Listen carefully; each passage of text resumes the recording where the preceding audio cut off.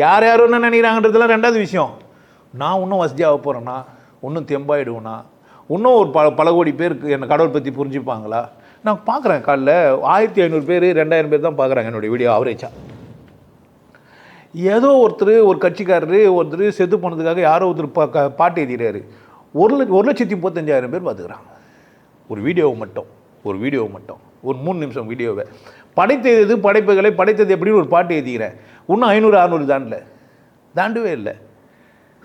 அப்போ நான் என்ன நினைக்கிறது, இப்போ ஓகே இந்த உலகத்துக்கு தேவைப்படாத ஒன்று விற்றுங்க ரொம்ப இருக்குது, எவனும் என்ன பண்ண மாட்டான், வாங்க மாட்டான். நான் யாரை கட்டுறதெல்லாம் இல்லை, சந்தோஷமாக தான் செஞ்சுன்னுக்கிறேன், அது துக்கம்லாம் இல்லை. ஆனால் நினைக்கிறேன் ஒரு ஹெலிகாப்டரில் போக முடியல, சொந்த ஃப்ளைட்டில் போக முடியல, வெளிநாட்டுக்கு போக போகிறேன், விசா பாஸ்போர்ட்டு மட்டை இதெல்லாம் வச்சுக்கிறாங்க.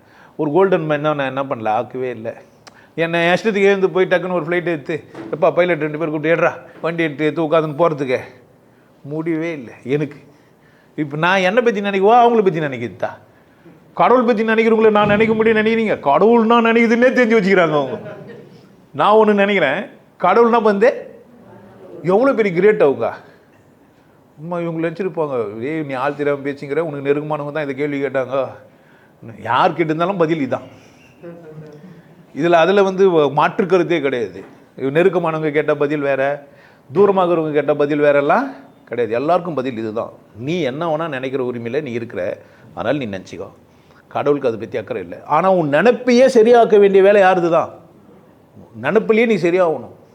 ஏசுநாதர் தெளிவாக சொல்கிறாரு, ஒரு குற்றம் 2 முறை நடக்குதுன்றாரு. முதல்ல மனசில், அப்புறமா தான் என்ன வெளியில். திருடலாமா அப்படின்னு நினச்சிட்டு தான் திருடுற, பொய் சொல்லலாமா அப்படின்னு நினச்சிட்டு தான் என்ன பண்ணுற, பொய் சொல்கிற. இப்போ பொய் எத்தனை வாட்டி சொன்னேன்?